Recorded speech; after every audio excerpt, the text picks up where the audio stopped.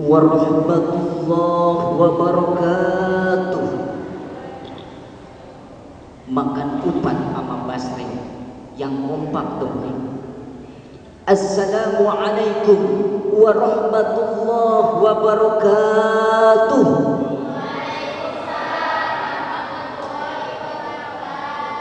Itu baru mantap. Hamdan syukranillah, wassalatu wassalamu ala rasulillah Muhammad ibn Abdillah wa ala alihi wa sahbihi wa mawala. Amma ba'du. Para dewan juri yang saya hormati, para hadirin wal hadirat yang saya hormati, dan neng-neng yang saya cintai. Allahu Akbar, Allahu Akbar, Allahu Akbar. Saya teringat dengan ungkapan seorang pahlawan yang bernama Bung Tomo. Kata Bung Tomo, kalau tidak ada kalimat takbir, entah dengan cara bagaimana saya memberikan semangat kepada para pejuang-pejuang untuk membela negara, mengusir para penjajah. Para hadirin, para pejuang kita cuma ada dua kata, merdeka atau mati. Tidak terlintas dalam pikiran mereka, apabila nanti saya menang, nanti saya jadi bupati di mana? Apabila nanti saya menang, saya dapat pesangonnya berapa? Tidak, para hadirin. Maka oleh sebab itu, apabila suatu bangsa, suatu negara ingin menginginkan bersaing dengan negara lain, maka salah satu kuncinya adalah dengan meningkatkan etos kerja yang tinggi. Maka oleh sebab itu, dalam kesempatan yang baik ini, saya akan membawakan sebuah tema, membangun diri pribadi melalui peningkatan etos kerja. Kita mulai dengan rujuk kepada surah At-Taubah ayat 105.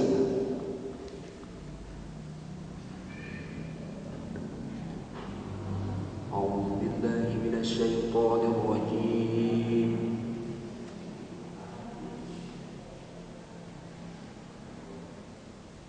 Bismillahirrahmanirrahim.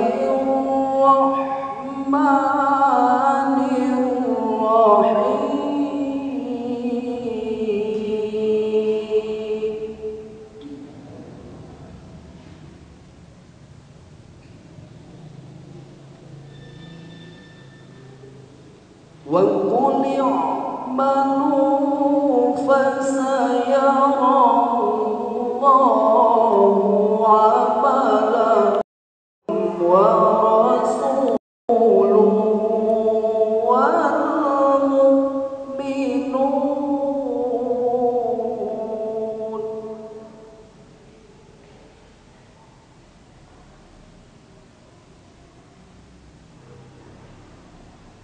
Wa saturadduna ila alimil ghaibi wasyahadati fayunabbi'ukum bima kuntum ta'malun.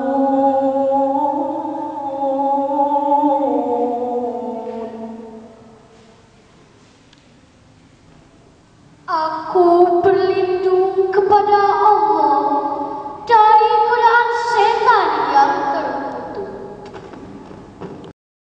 Dengan menyebut nama Allah yang Maha Pengasih lagi Maha Penyayang. Dan katakanlah, bekerjalah kamu, maka Allah dan Rasul-Nya serta orang-orang mukmin akan melihat pekerjaanmu itu. Dan kamu akan dikembalikan kepada Allah yang mengetahui akan yang gaib dan yang nyata. Lalu diberitakannya kepada kamu apa yang telah kamu kerjakan. Kalimah ini berbentuk kalimah aman. Salah satu usul fikih mengatakan al-aslu bin amri il-wujub. Artinya pada dasarnya perintah itu menunjukkan kewajiban. Artinya gimana? Artinya kita berkewajiban kewajiban mempunyai pandangan. Apabila kita seorang pekerja mempunyai pandangan tentang kerja, sikap kerja, kebiasaan kerja. Kalau Anda seorang pelajar, Anda seorang santri, harus juga berpandangan bagaimana belajar, sikap belajar, apa itu kebiasaan belajar. Di dalam ayat tadi Allah Subhanahu wa taala memberikan isyarat kepada kita semua. Kalau kita ingin jadi pribadi yang sukses, ada 4 hal yang harus kita lakukan. Yang pertama, kita harus ulang, harus tekun, harus rajin, harus sungguh-sungguh. Kita seorang pekerja harus benar-benar dalam bekerjanya, jangan jadi pengangguran saja, Pak. Anda seorang pelajar harus giat belajar. Ini mah detailnya pelajar, tapi pekerjaannya cuma tawuran sama pacaran. Anda seorang santri harus rajin ngaji, bukan kerjanya cuma tidur sama lihat TV. Bukan santri lah yang akan menjadi kader para ulama, kader para santri yang akan menjadikan gantinya para kiai, seperti Budok Ile akan menggantinya Budok ketika Budok tidak ada. Kata Ibnu Malik dalam kitab Alfiyah, wa ma yalil mudhafa ya'ti khalaqa anhu bi irabi idza mahudifa. Ngerti orang Islam? Maka oleh sebab itu, mari perkaya diri kita dengan ilmu, hiasi diri kita dengan amal yang baik, perkokoh jiwa kita dengan agama. Karena zaman ini penuh dengan tantangan, penuh dengan perjuangan. Hidup adalah perjuangan. Berani hidup, berjuang. Tak mau berjuang yang baik aja, Pak. Itu yang pertama. Jadi kita harus punya ketekunan, kesungguhan. Yang kedua, kita harus merasa ridho dan rela tentang hasil yang telah kita capai. Ketika kita berhasil, jangan jadi tinggi hati. Terus kita mendapatkan apa? Menjadi tulul amal, jadi panjang lamunan. Artinya, intinya akanlah banyak orang-orang pelamun-pelamun kelas tinggi, penghayal-penghayal kelas berat yang dipikirnya. Misalnya, jikalau seumpamanya, misalnya kakinya masih di bumi, namun terawangan sudah tinggi ke awan. Sedangkan kata Syekh Athaillah dalam kitab Hikam mengatakan, ar-razaq ma qaradahu wa ila. Kalau kita punya keinginan, punya cita-cita, harus dilaksanakan, Kalau dia dilaksanakan namanya melamun, betul? Tuh. Jangan suka banyak makan mentimun, lebih baik makan semangka, Jangan suka banyak melamun, lihat aja Ustaz AA yang gagal. Para hadirin yang saya hormati, itu yang kedua. Kemudian yang ketiga, untuk meningkatkan etos kerja kita, kita harus memiliki, memanfaatkan waktu yang ada dengan sebaik mungkin, dengan sesuatu yang bermanfaat. Orang Jawa mengatakan, sopo si mempeng bakal seneng, sopo si ngaji bakal aji, betul? Artinya orang yang bisa memanfaatkan waktu dengan sebaik-baiknya, dia akan beruntung, dia akan jadi orang yang berharga. Kalau orang Barat mengatakan time is money, Pak, waktu itu adalah uang. Orang Islam mengatakan al-waktu asmanu minad dahar, waktu itu lebih berharga daripada emas. Sehingga seorang bijak mengatakan, berpikirlah kamu di waktu pagi, bekerjalah kamu di waktu siang, makanlah kamu di waktu sore, dan tidurlah kamu di waktu malam. Artinya gimana? Waktu muda kita rajin menuntut ilmu. Kenapa kita waktu muda rajin menuntut ilmu? Sebab masa muda itu, Pak, didukung dengan berbagai fasilitas nih. Dari mulai kita pikirannya masih cermat, pendengarannya masih akurat, giginya masih rapat, belum ada yang minggat-minggat. Bahkan pantatnya pun kalau wanita masih bulat-bulat. Bulat-bulat apa lonjong-lonjong? Itulah baik. Kemudian setelah kita dewasa, ilmu kita amalkan demi kepentingan agama, nusa, bangsa, dan agama. Setelah kita menjadi tua, kita akan menikmati hasilnya. Dan ketika kita mati, kita akan mati dengan tenang. Itu yang ketiga. Yang keempat, salah satu etos kerja yang patut kita tiru, yang patut kita contoh, yang patut kita laksanakan. Orang bekerja harus sesuai dengan profesinya, proporsinya, ilmu keterampilan yang kita miliki.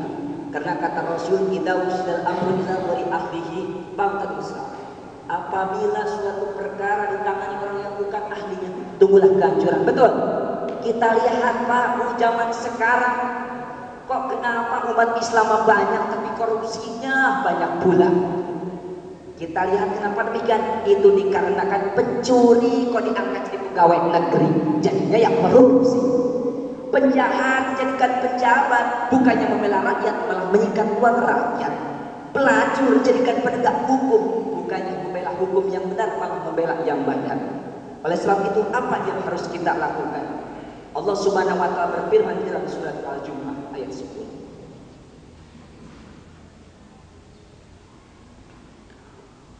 فَإِذَا قُضِيَتِ الصَّلَاةُ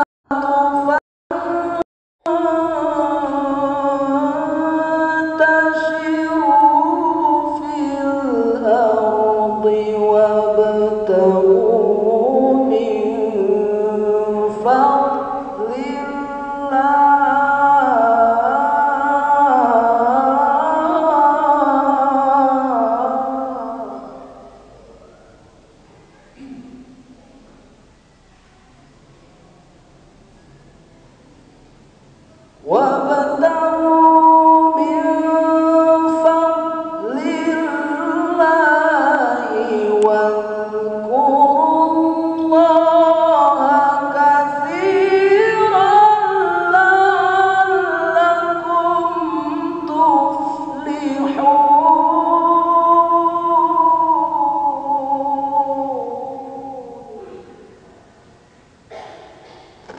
Apabila telah ditunaikan sholat, maka bertebaranlah kamu di muka bumi dan carilah karunia Allah, dan ingatlah Allah banyak-banyak supaya kamu beruntung. Inilah watak seorang muslim yang sejati, yang mampu menyeimbangkan antara ibadah ringan dan ibadah sosial. Yang diilustrasikan oleh baginda Rasulullah sallallahu alaihi wasallam, rubbanu billahi wa qunsanu bin nahar. Kalau malam bagaikan rahib-rahib yang rajin beribadah, tetapi kalau waktu siang fajar menyingsing, mereka bagaikan serigala mencurahkan segala aktivitas demi berkarya bekerja. Para hadirin yang saya hormati, insan yang rajin, insan yang tekun akan mendapatkan kebahagiaan di masa depan. Oleh sebab itu, wahai kaum muslimin, wahai para pemuda, wahai para santri, bangkitlah, bangkitlah. Ingat, masa depan negara kita ada di tangan kita semua. Orang yang tidak rajin akan memakan pahitnya empedu, tidak akan merasakan manisnya madu. Oleh sebab itu kata Allah Al-Quran di dalam surat Al-An'am ayat 135 berfirman, قُلْ يَا قَوْمِ اعْمَلُوا عَلَى مَكَانَتِكُمْ إِنِّي عَامِلٌ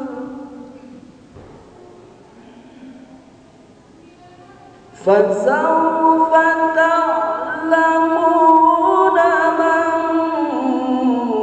تَكُونُ لَهُ عَاقِبَةُ الدَّارِ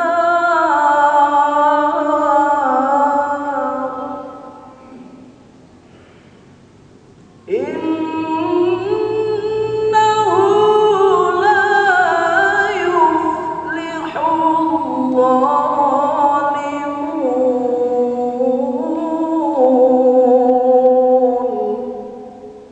Sadaqallahul azim. Katakanlah, hai kaumku, berbuatlah sepenuh kemampuanmu. Sesungguhnya aku pun berbuat pula. Kelak kamu akan melihat siapa di antara kita yang akan mendapatkan hasil yang lebih baik di dunia ini. Sesungguhnya orang-orang yang zalim tidak akan mendapat keberuntungan. Maha benar Allah dengan segala firman-Nya. para hadirin yang saya hormati, inilah janji Allah ketika orang rajin berusaha, bekerja, ia akan merasakan daripada hasil dari jerih payah mereka. Maka oleh sebab itu, marilah kita belajar, rajin mengaji, rajin bekerja, rajin berkarya, supaya masa depan kita ada dalam masa depan yang indah, masa depan yang penuh dengan harapan. Para hadirin yang saya hormati, jadi dapat saya simpulkan, yang pertama, etos kerja merupakan suatu pandangan menyeluruh tentang sikap kerja, cara kerja, kebiasaan kerja yang serasi, selaras, dan seimbang sehingga kita mendapatkan kebahagiaan dunia dan akhirat. Yang kedua, etos kerja yang diharapkan, etos kerja yang selalu meningkat, tidak jalan di tempat, bahkan kita tidak boleh mundur ke belakang, karena kata Rasul, "Mangkana yaumul khairan min amsi fawalahu." Orang yang hari ini lebih baik daripada hari kemarin, itulah orang yang beruntung. Kemudian etos kerja yang berhasil adalah etos kerja yang terencana, teratasi, dan terlaksana. Para hadirin yang saya hormati, mungkin demikianlah yang dapat saya sampaikan.